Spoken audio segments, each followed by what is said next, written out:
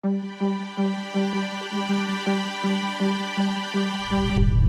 হ'ল আপোনাৰ জীৱনৰ কিছুমান বিশেষ অংশ যিবোৰৰ বিনে আপুনি জীয়াই থাকিব নোৱাৰে। এয়া হ'ল আপোনাৰ টিভি, যাৰ লগত আপুনি হাঁহে কান্দে। এয়া আপোনাৰ মোবাইল, যাৰ লগত আপুনি জাগে টোপনি যায়। এয়া আপোনাৰ চাৰ্জাৰ, যাৰ বিনে আপোনাৰ মোবাইল উশাহ ল'ব নোৱাৰে। কিন্তু যেতিয়া এইবোৰ পুৰণি হৈ যায়, এইবোৰ কৰি দিয়ে আপোনাৰ পজিশ্যনত পাংচাৰ। তেনেহ'লে আপুনি কি কৰে? ৰাতি গ'ল, কথাও গ'ল। এতিয়া তই কোন, মই কোন? এতিয়ালৈকে আপুনি যাৰ পৰা লৈছে মজা, আজি সেয়াই দি আছে পৃথিৱীক গ্ল'বেল ৱাৰ্মিঙৰ কোপ। এতিয়ালৈকে যি আছিল আপোনাৰ ঘৰৰ শোভা, আজি সেয়াই বেমাৰ বহন কৰি আছে আনৰ ঘৰত।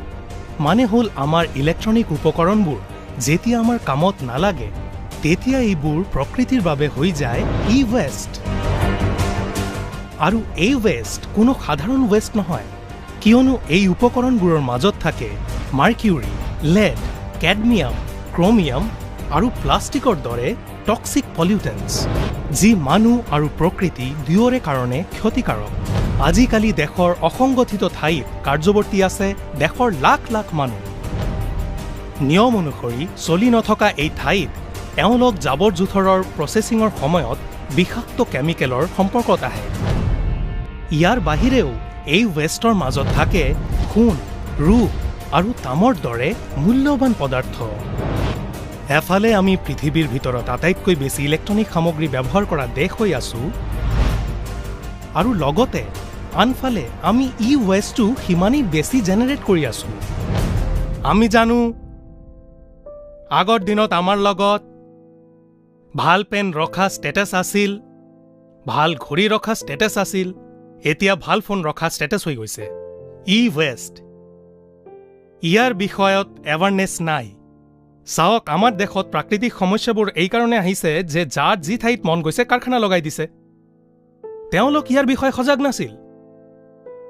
আমি ই-ৱেষ্টৰ সম্বন্ধত এটা মিছন ল'ব লাগে, অনলাইন চলাব লাগে, এৱাৰনেছ কেম্পেইন চলাব লাগে, ই-ৱেষ্টৰ চলিউশ্যন বিচাৰিব লাগে। চৰকাৰৰ লগত মিলি কোনো প্ৰজেক্ট বনাব পৰা যায়। ই-ৱেষ্টৰ চলিউশ্যন নহ'লে আমি নাজানো ক'ৰ পৰা ক'লৈ গৈ পাম। সেইকাৰণে আজি প্ৰধানমন্ত্ৰীয়ে এক ডাঙৰ পদক্ষেপ লৈছে স্বচ্ছ ভাৰতৰ ফালে। তেন্তে আহক সকলোৱে মিলি প্ৰণ লওঁ যে আমি আমাৰ ই-ৱেষ্টক কেতিয়াও নেপেলাওঁ। আমি কৰিম সেইবোৰৰ মাথো চাইণ্টিফিক ডিছপ'জেল, যাতে আমি এই ৱেষ্টকে কৰিব পাৰোঁ ৰিডিউচ, ৰিইউজ, ৰিচাইকেল। আৰু এই প্ৰচেছৰ বাবে ভাৰতত কাৰ্যৱৰ্তী আছে প্ৰায় 150 ই-ৱেষ্ট অথৰাইজড ৰিচাইক্লাৰ, য'ৰ বিষয়ে আপুনি জানিব পাৰিব আপোনাৰ ওচৰৰ কমন ছাৰ্ভিচ চেণ্টাৰ্ছ মানে CSCৰ পৰা। আৰু আপোনাক মাথো আপোনাৰ ই-ৱেষ্টক একেলগ কৰি পঠাই দিব লাগিব ওচৰৰ ই-ৱেষ্ট কালেকশ্যন চেণ্টাৰলৈ, যিয়ে এইবোৰক পঠিয়াব ইহঁতৰ সঠিক স্থানত। ইয়াতেইতো হ'ব ৱেষ্টৰ পৰা ৱেল্থৰ নিৰ্মাণ, সিও প্ৰকৃতি আৰু মানুহক ক্ষতি নকৰাকৈ। দেশৰ সচেতনতাৰ পৰা হ'ব হেজাৰ হেজাৰ মানুহৰ বাবে ৰোজগাৰৰ সুযোগ, আৰু হ'ব স্বচ্ছ আৰু সুস্থ ভাৰতৰো নিৰ্মাণ।